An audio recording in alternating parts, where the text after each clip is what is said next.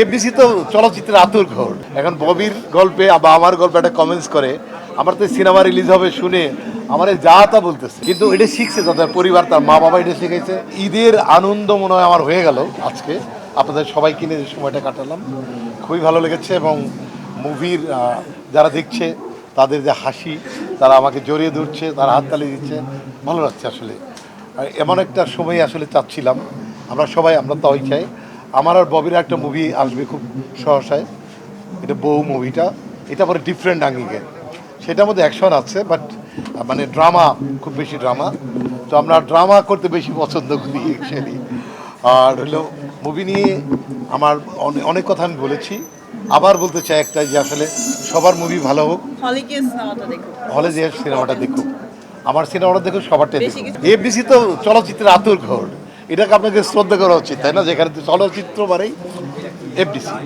তারপর আমরা ইসে করব, আমরা অবশ্যই মানে থিয়েটারে করব, আরও প্রিমিয়ার আমরা করবো, আমাদের প্ল্যানিং আছে।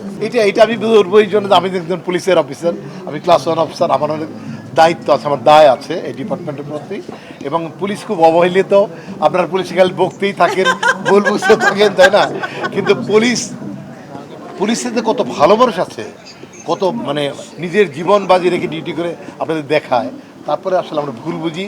আমাদের সমাজের একটি অংশ, এক পরিবারে একজন পুলিশ আরেকজন নেতা, এইভাবে কিন্তু হয়। আমরা পুলিশকে আপন না ভাবলে যে এরকম অপ্রীতিকর ঘটনা, যেটা ববিকে জিজ্ঞেস করলেন, শুধু তো মেয়েরাই হেনস্থা হচ্ছে না, ছোটো ছোটো শিশুরাই হচ্ছে না। মোহাম্মদপুরে দেখেন খুন হচ্ছে কীভাবে, কুপিয়ে পা কেটে নিয়ে ফেলে দিল, তাই না? এই যে উপেন 5টা 7টা ছেলে দা নিয়ে কোপাচ্ছে, এগুলো মায়া মমতা নাই।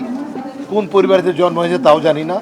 পারিবারিক শিক্ষাটা খুব জরুরি, খুবই জরুরি। এটা পড়াশোনা নাই। দেখেন না, যে আরেকটা কথা জিজ্ঞেস করলেন, যে কমেন্টস করে, যে যা শিখছে তাই তো বলবে, তাই না?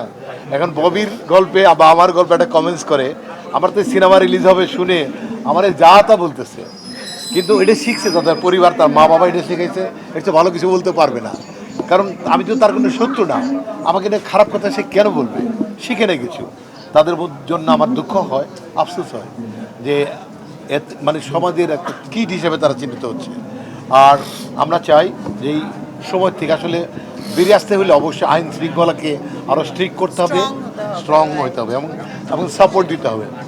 তাছাড়া কিন্তু আপনি নিজেও কিন্তু রিস্কের মধ্যে, আপনি পুলিশকে বকবেন, পুলিশ না থাকলে কিন্তু আপনি আরও ইনসিকিউর রাস্তার মধ্যে।